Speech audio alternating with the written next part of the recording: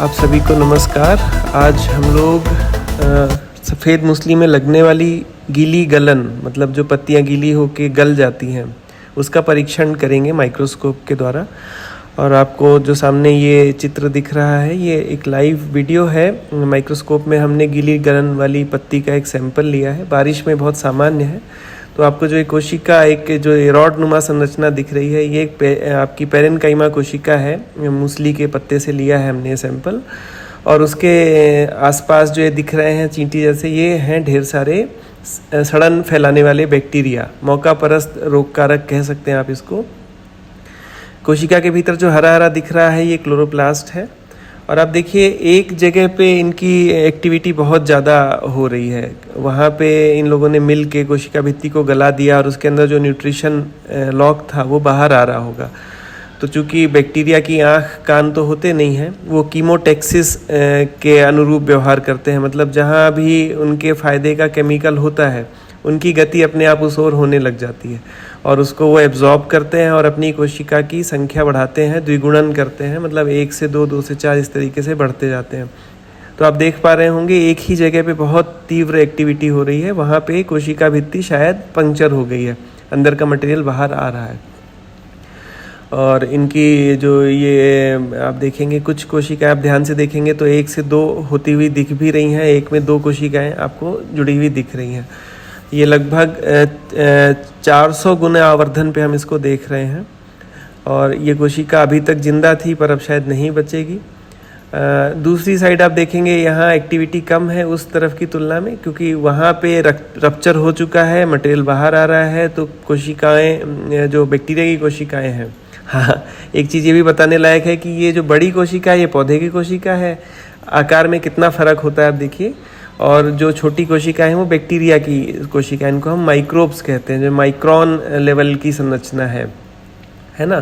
तो देखिए out of focus हो गया। अभी इसको वापस से सेट करते हैं हम, ये माइक्रोस्कोप में है। हाँ, अब अपन एक दूसरी संरचना की तरफ आ रहे हैं।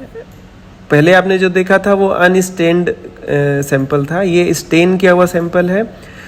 इसमें उस वाले सैंपल में हमको फंगस नहीं दिख रही थी पर आपको दिखाने लायक स्थिति में नहीं थी। इसको हमने इसलिए स्टेन किया है। अब देखिए कोशिका, ये अंदर आप देख रहे हैं, कोशिका के अंदर आपको ये जो संरचना दिख रही है, टेढ़ी मेढ़ी एक डंठल नुमा संरचना दिख रही है, ये माइसीलिया है, जो अंदर तक जिसने इन्फेक्ट किया हुआ है। और भी जगह आपको फैला हुआ दिखेगा। तो पत्ती में जो बीमारी फैल रही है उसमें दोनों का रोल है, बैक्टीरिया और फंगस दोनों का। तो ये जो फंगस है कई बार हमको ठीक से नहीं दिखता, इसलिए हमको स्टेन करना पड़ता है। स्टेन करने से सबसे बड़ा नुकसान ये होता है कि हमारी जो बैक्टीरिया की मूवमेंट है वो रुक जाती है, क्योंकि इसमें जैसे हमने जिससे स्टेन किया इसको लैक्टोफिनॉल कॉन्ट्रन ब्लू बोलते हैं। तो इसमें फिनॉल एक स्टेबलाइज़र की तरह ऐड होता है, जो बैक्टीरिया की एक्टिविटी के लिए नकारात्मक प्रभाव डालता है, उनको मार देता है। फिनॉल आपको पता ही होगा एंटीबैक्टीरियल होता है। तो उनकी मूवमेंट रुक गई और हमको ये दिखने लग गया। अब इसमें क्या होता है, पौधे में बहुत सारी दूसरी संरचनाएं होती हैं जो फंगस से मिलती जुलती हैं, मतलब पाइप नुमा संरचनाएं आपको दिखेंगी।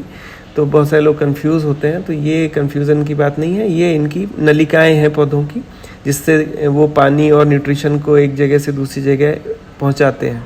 पूरी पत्ती के अंदर ये फैली रहती है। तो पत्ती में जो खाना बनता है तो पत्ती से जड़ों तक पहुँचाना रहता है, उसके लिए भी इन पाइपों की ज़रूरत होती है। और जड़ों से जो पानी पत्ती तक ले जाना है उसके लिए भी इनकी संरचना आवश्यक होती है। इनके अंदर अपना न्यूट्रिशन और माइक्रोन्यूट्रिएंट और आपका जो पौधे ने बनाया है ग्लूकोज वगैरह, वो सब इसके अंदर से ट्रांसपोर्ट होता है। तो आप ये देख पा रहे होंगे अलग अलग टाइप की इनकी नलिकाएँ हैं। स्प्रिंग जैसी भी आपको दिख रही होंगी, सीधी भी दिख रही होंगी। और ये डेड बैक्टीरिया है।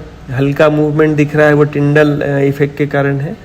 मतलब वो मर गए हैं, फिर भी थोड़ा बहुत हिलते डुलते रहेंगे, लेकिन वो फ्लैजिलर मूवमेंट आपको नहीं दिखेगा, क्योंकि स्टेबलाइज हो गए हैं। तो अब ये नलिकाएं हैं और बाहर आपको एक जो सुई जैसी संरचनाएं दिख रही हैं, ये रेफाइट्स बोलते हैं इनको। पौधा आत्मरक्षा के लिए बनाता है। और ये आत्मरक्षा किससे करनी पड़ती है? इल्लियों से, दूसरे कीटों से, जानवरों से। तो इस तरीके से ये अपनी आत्मरक्षा के लिए भी चीज़ें बनाता है। और ये माइक्रोस्कोप में ऐसा दिखता है पूरा मामला। तो हमने इसमें देखा 2 प्रकार के रोग कारक हैं, एक तो बैक्टीरिया है मौका परस्त, और दूसरा है जो फंगस अंदर तक घुसा हुआ है। अब चूंकि बारिश के मौसम में पौधा कमज़ोर पड़ता है, उसको रोशनी नहीं मिलती तो भोजन भी नहीं बना पाता है, तो उसकी, और चूंकि ये कंद वाली फसल है तो डॉर्मेंसी की तरफ मूव करती है, तो अपने आप को कमज़ोर करती है बेसिकली। और इसका फ़ायदा उठाते हैं अपने ये मौका परस्त सूक्ष्म जीव। इनके लिए ये मौसम फेवरेबल होता है। ह्यूमिडिटी, गर्मी, हल्की सी गर्मी और ह्यूमिडिटी और ये सब मिल के उसको एक तरीके से प्रजनन करने के लिए उत्साहित करते हैं। और प्रजनन के लिए चाहिए न्यूट्रिशन मिलेगा बैक्टीरिया से। तो इस तरीके से संक्रमण फैलता है। धन्यवाद।